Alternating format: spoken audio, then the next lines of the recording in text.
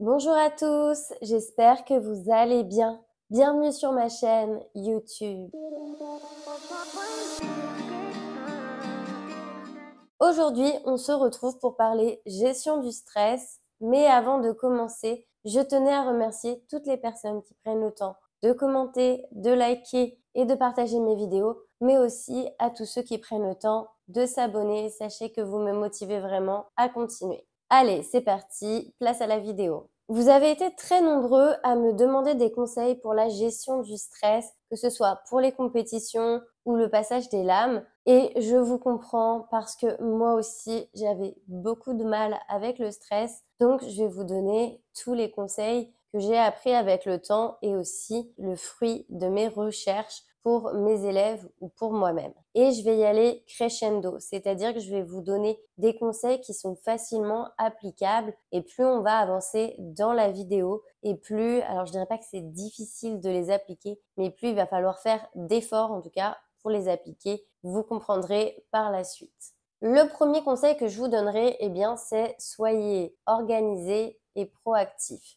Alors, dit comme ça, c'est pas hyper parlant, mais c'est un conseil très simple et je vous jure, il peut faire une grosse différence sur la gestion de votre stress. Tout simplement parce qu'il vous évitera de rajouter du stress inutile à votre stress qui est déjà présent. Donc, ce qu'on va faire, c'est on va tout simplement être bien organisé. Alors, je vais pas vraiment développer parce que je vais vous renvoyer vers ma vidéo où je vous donnais tous mes conseils pour bien préparer une compétition. Dedans, vous aurez tout ce qu'il faut savoir pour être bien organisé, pour comment se déroule aussi la compétition et du coup, limiter un maximum votre stress de cette manière. Ensuite, quand je vous disais être proactif, eh bien, c'est tout simplement d'être prévoyant. N'hésitez pas à avoir toujours des lacets de rechange au cas où un lacet craque. Comme ça, on n'est plus dans l'urgence, on n'est pas embêté, on sait qu'on a un double et on n'a plus qu'à remettre le lacet. Pareil, des doubles de collants au cas où on fait un trou dans notre collant ou une petite trousse de couture. Ça peut toujours dépanner et croyez-moi, ce sont des choses que j'ai rencontrées. Alors pas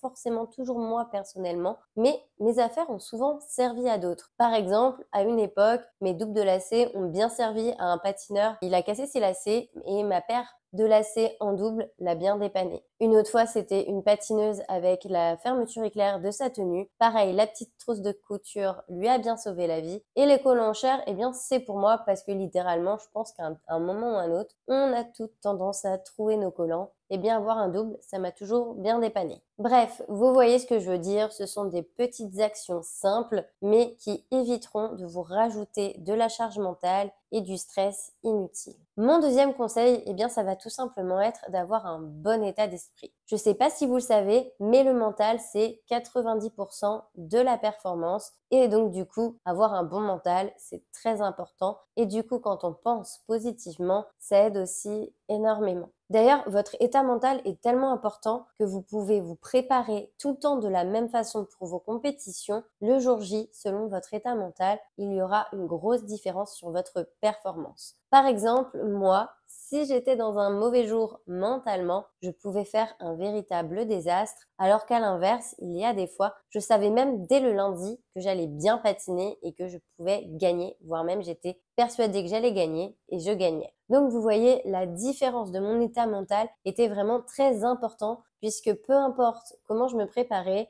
eh bien c'était lui qui définissait en fait le résultat de ma performance. Et du coup, j'en reviens à vous poser des questions et à me poser les mêmes questions, même si moi j'ai les réponses. Mais pourquoi au moment où on se met à patiner devant un jury, on se met à douter de nous-mêmes? Vraiment, c'est une question qu'on peut vraiment se poser. Est-ce que quand vous allez à l'entraînement, vous doutez de vous sur des choses que vous maîtrisez? Personnellement, je ne crois pas. Mais dès qu'il y a cet enjeu, ce côté pression où on ne doit pas échouer, une petite voix dans notre tête se met à nous dire qu'on peut peut-être rater. Et c'est là où il faut complètement changer son état d'esprit pour ne plus avoir cette petite voix, mais en avoir une autre plutôt qui nous dira qu'on va réussir. D'ailleurs, si vous ratez, est-ce que l'univers va s'ouvrir sous vos pieds et va vous aspirer? Bien non, il va pas changer grand-chose. Alors c'est vrai que plus on monte en niveau, plus si on rate, on peut manquer certaines opportunités de sélection. Mais encore une fois, il ne faut pas oublier que même si on manque certaines opportunités, on ne va pas mourir, tout va encore bien se passer dans notre vie. On pourra toujours tenter notre chance l'année d'après. Personnellement, avec toutes mes expériences et aussi en entendant d'autres patineurs dire la même chose que moi, je pense sincèrement qu'on devrait aborder les compétitions comme lorsqu'on va à l'entraînement. On devrait tout simplement juste donner le meilleur de nous-mêmes et nous appliquer, sans se poser de questions supplémentaires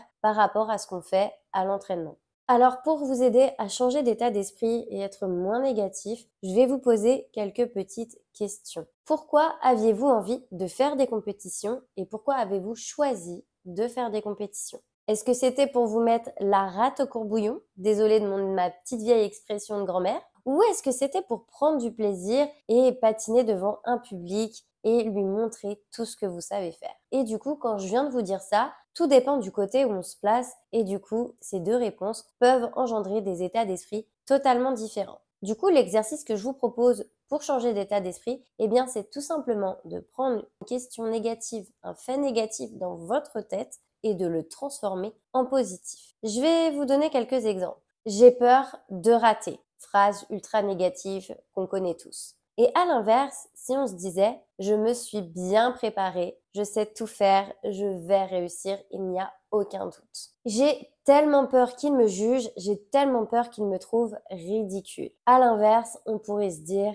je suis une bonne patineuse, j'ai travaillé dur pour me préparer, je vais donner le meilleur de moi-même et les transporter dans mon univers.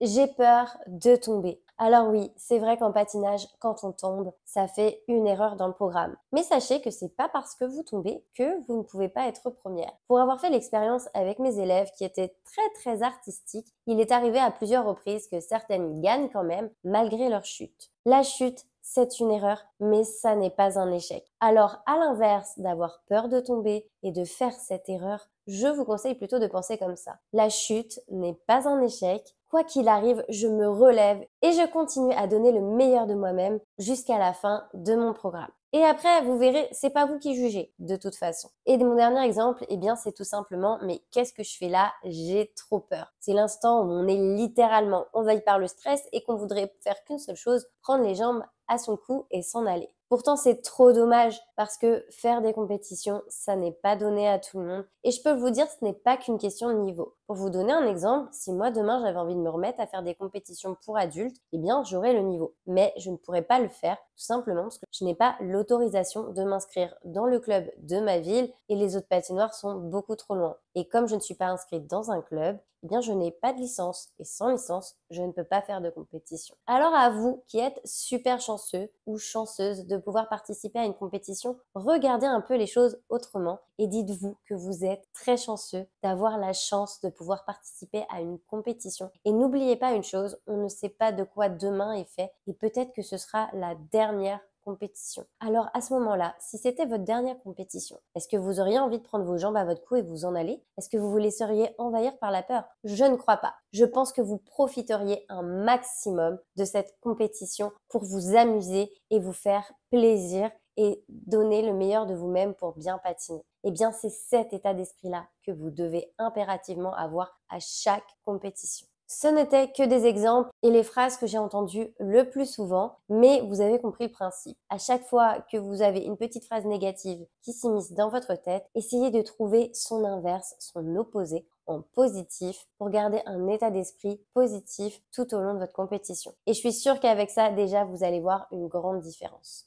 Vraiment, profitez et amusez-vous, c'est ça le principal. Le troisième point, eh bien, c'est tout simplement d'avoir confiance en soi. Alors, dire ça comme ça, encore une fois, c'est facile et avoir confiance en soi, je pense que c'est un vrai travail qu'on doit tous faire. Et d'ailleurs, je pourrais vous donner plein d'exercices à faire, mais là, si je commence à le faire, croyez-moi, vu qu'il y a encore plein d'autres points qui arrivent, la vidéo va durer des heures. Donc, je vais juste survoler la confiance en soi. Par contre, si jamais vous voulez que je développe, que je vous donne des idées d'exercices, etc., n'hésitez pas à me le dire en commentaire et je ferai une vidéo sur le sujet. Donc, avoir confiance en soi, ça n'est pas simple, mais n'oubliez pas une chose, et je ne vais pas développer comme je viens de le dire précédemment, c'est que si votre entraîneur vous a inscrit à cette compétition, c'est qu'il estime que vous êtes un assez bon patineur ou une assez bonne patineuse pour pouvoir vous présenter à la compétition. Ça veut dire que lui, il vous témoigne une sorte de confiance. Donc si lui, il arrive à avoir confiance en vous, vous devez vous aussi d'avoir confiance en vous-même. Il sait que vous ne serez pas ridicule, sinon il ne vous aurait jamais inscrit. Surtout, gardez bien ça en tête si vous vous mettez à vous douter de vous et de votre place lors de la compétition. Ensuite, n'oubliez jamais que vous vous êtes entraîné et que vous vous êtes préparé pour cette compétition. Si à l'entraînement, vous arrivez à faire votre programme tout propre, sans problème, pourquoi à la compétition, ce serait différent? Est-ce qu'à l'entraînement, vous vous dites que vous avez des risques d'échouer? Je ne crois pas. Non, vous avez confiance, vous avez l'habitude. Eh bien, n'oubliez pas qu'une compétition, c'est un entraînement. La seule différence, c'est qu'on est tout seul sur la glace au moment de son programme. Et c'est vraiment ça, juste la différence. Mais tout le monde a tendance à l'oublier. Quand vous arrivez, vous êtes la même personne, avec les mêmes compétences et préparé de la même façon. La seule différence, c'est que c'est un petit peu plus officiel. Donc, n'oubliez pas, vous avez l'habitude de faire vos éléments, vous avez l'habitude de faire votre chorégraphie, faites juste de votre mieux et surtout, ayez confiance, vous savez tout faire. Le quatrième point qui, à mon sens, est très important, c'est surtout de ne pas se comparer aux autres. On peut arriver à une compétition et ne pas être stressé. Ça, c'est quelque chose que j'ai pu observer en tant qu'entraîneur. Un jour, je suis arrivée avec des élèves et d'un coup, elles ont vu les autres élèves. Elles n'étaient pas moins bonnes, mais je ne sais pas pourquoi elles se sont mises à se comparer et à paniquer. Alors qu'elles avaient elles aussi de super atouts qui étaient juste complètement différents. Mais au final, elles avaient tout autant leur place et d'ailleurs elles ont très bien patiné. Mais le problème, c'est que cette comparaison a engendré un stress chez elles qui au départ n'était même pas existant. Donc vraiment, quand vous arrivez, ne vous comparez pas si vous voyez des patineurs en train de patiner. D'ailleurs, une chose qu'on m'a conseillé au début de ma carrière de patineuse, certes j'étais petite, mais je m'en souviens très bien, c'est de ne pas regarder les autres patineurs, de ne pas regarder les patineurs quand on arrive avant notre passage. C'est-à-dire qu'on avait le droit de regarder les gens après avoir fait notre programme, mais tant qu'on n'avait pas patiné notre programme, on n'avait pas le droit de regarder les autres patineurs. Alors je sais que des fois on arrive super longtemps à l'avance et que le premier réflexe qu'on a c'est de s'asseoir dans les gradins et regarder la compétition, mais franchement si vous pouvez l'éviter, faites-le. Ce qui va m'amener du coup à mon cinquième point et c'est de faire des activités qui vous font plaisir. Alors je vais rebondir sur ce que je viens de dire juste avant. Vous êtes arrivé un peu en avance et du coup vous n'êtes pas obligé de vous échauffer au sol tout de suite. Eh bien au lieu d'aller vous asseoir dans les gradins, allez vous poser, je sais pas, dans le bar ou dans le vestiaire et faites une activité. Vous pouvez écouter de la musique, vous pouvez dessiner, vous pouvez lire, vous pouvez regarder un film sur votre téléphone, sur Netflix ou autre, peu importe, faites un truc qui vous fait plaisir. Alors là, j'ai dit ça à ce moment-là, mais c'est aussi valable avant d'aller à la compétition ou même en allant à la compétition. Je vais vous donner un exemple. Moi, il y a un truc qui me défoule et me détend énormément, c'est chanter. Alors, je ne suis pas une grande chanteuse, mais une chose est sûre, c'est que à chaque fois que j'allais en compétition, je chantais et je criais de toutes mes forces dans la voiture en chantant et ça me détendait, ça me faisait énormément de bien. Alors, peut-être pas à la conductrice qui était ma maman, mais à moi, ça me faisait beaucoup de bien. Et du coup, eh bien, n'hésitez pas à trouver une activité qui peut vous détendre. Comme je vous disais, ça peut être du dessin, de la lecture, ce que vous voulez. Mais vous pouvez faire cette activité avant d'y aller, en y allant, et même sur place. Peut-être pas chanter quand même, hein. Mais vous voyez ce que je veux dire. Le sixième point, ça va être de se créer une bulle protectrice. Alors, je ne sais pas trop pourquoi j'ai donné ce nom à ce sixième point. Je pense que c'est parce que je vais parler de l'entourage. Et je me dis que notre entourage, s'il est bien choisi, il peut former autour de nous une vraie petite bulle protectrice. Donc, ça doit être pour ça que j'ai employé ces mots. Mais pour revenir au vif du sujet et du coup développer ce sixième point, eh bien ça va tout simplement être la première chose de venir accompagner de personnes qui vous encouragent et qui sont positifs et qui croient en vous. Vraiment déjà ça fait une grosse différence. Si on est accompagné et qu'on sait que quoi qu'il arrive en sortant de la glace, eh bien on aura du soutien, ça fait une grosse différence que si on est accompagné et qu'on a une sorte de pression déjà de par notre entourage. N'oubliez pas que si vous êtes parent et que vous regardez cette vidéo, c'est jamais drôle de tomber et c'est pas quelque chose qu'on choisit. On ne choisit jamais de tomber. En plus, ça fait mal. Vraiment, faut pas croire qu'on le fait exprès. C'est pas possible. Donc, mettre la pression et faire peur à l'enfant et du coup, potentiellement favoriser un risque de chute ou de raté dans son programme, eh bien, c'est pas la meilleure des choses à faire. Moi, je vous conseille de vraiment être bienveillant, soutenant et vous verrez, ce sera une grosse différence. Et je vous explique tout ça par expérience. Donc, vraiment, essayez d'être vraiment encourageant et soutenant. Je ne sais pas si ça se dit soutenant, mais dans le soutien, en tout cas, de votre enfant ou de vos amis, vos petits-enfants, qui que vous soyez, quand vous accompagnez les patineurs ou le patineur. Et ensuite, je vais parler de l'entraîneur. Et ça, c'était un sujet que j'avais déjà abordé justement dans la vidéo où je vous donnais tous mes conseils pour bien préparer votre compétition. Parce qu'on a tous des besoins différents. Il y a des gens qui vont avoir besoin de beaucoup parler, d'autres qui vont être dans une bulle et qui ne vont pas parler du tout. Certains ont besoin de beaucoup de leur entraîneur, certains n'en ont pas besoin, etc. Donc pareil, n'hésitez pas à discuter avec votre entraîneur de vos besoins le jour de la compétition pour qu'il puisse s'adapter à vous et mettre toutes les chances de votre côté pour vous accompagner le mieux possible dans votre réussite lors de votre compétition.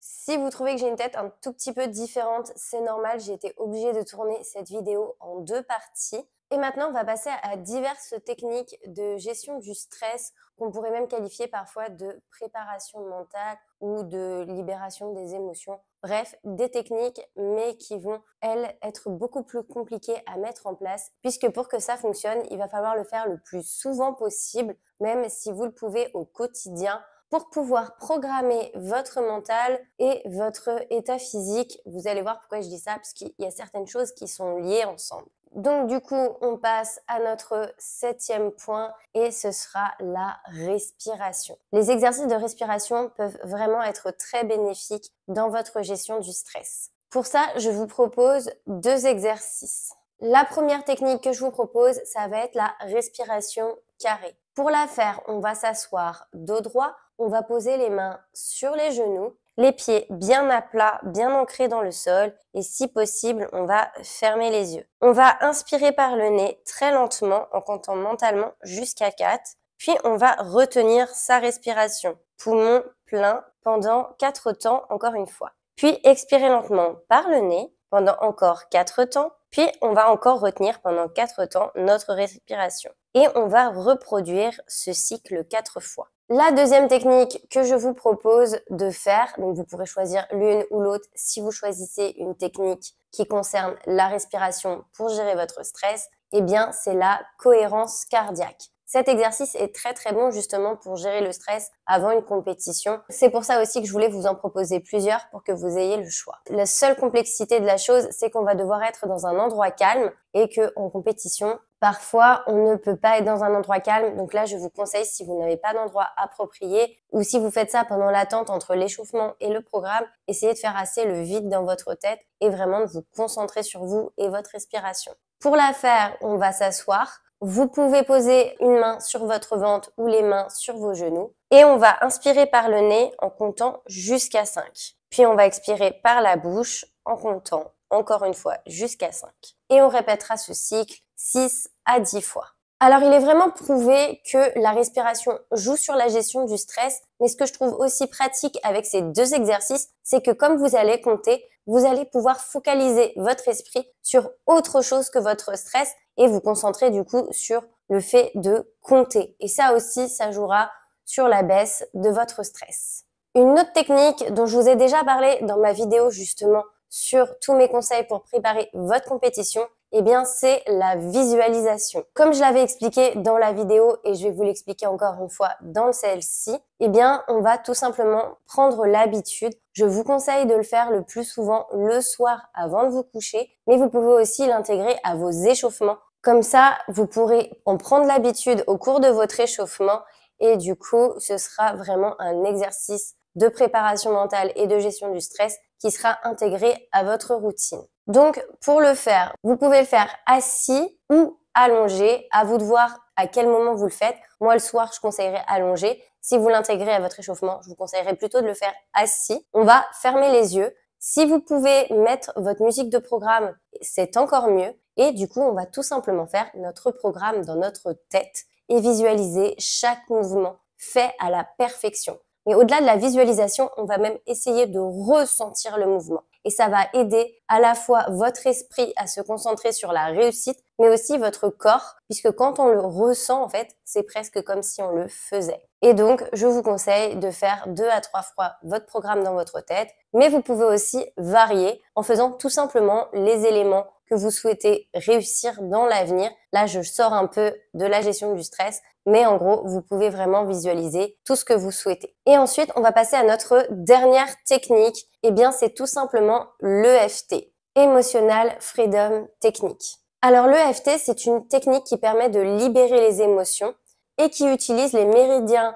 énergétiques chinois. Pour vous faire plus court, parce que dit comme ça, c'est pas hyper parlant. En fait, on va tout simplement tapoter des endroits bien stratégiques de notre corps et associer ces tapotements à des mots ou à des phrases bénéfiques. Au niveau des phrases ou des mots à répéter, vous pourrez les répéter soit dans votre tête, soit à l'oral. Vous avez pas mal de vidéos sur Internet, même si à la base, il est quand même conseillé de commencer à pratiquer avec un professionnel. Mais je pense que ça reste une technique qu'on peut vraiment travailler aussi tout seul et trouver ses propres mots. Il faut quand même connaître les points sur lesquels il faut tapoter pour que ça ait du sens, même si moi, ça m'est arrivé de le faire avec des élèves et que ça n'ait pas vraiment de sens.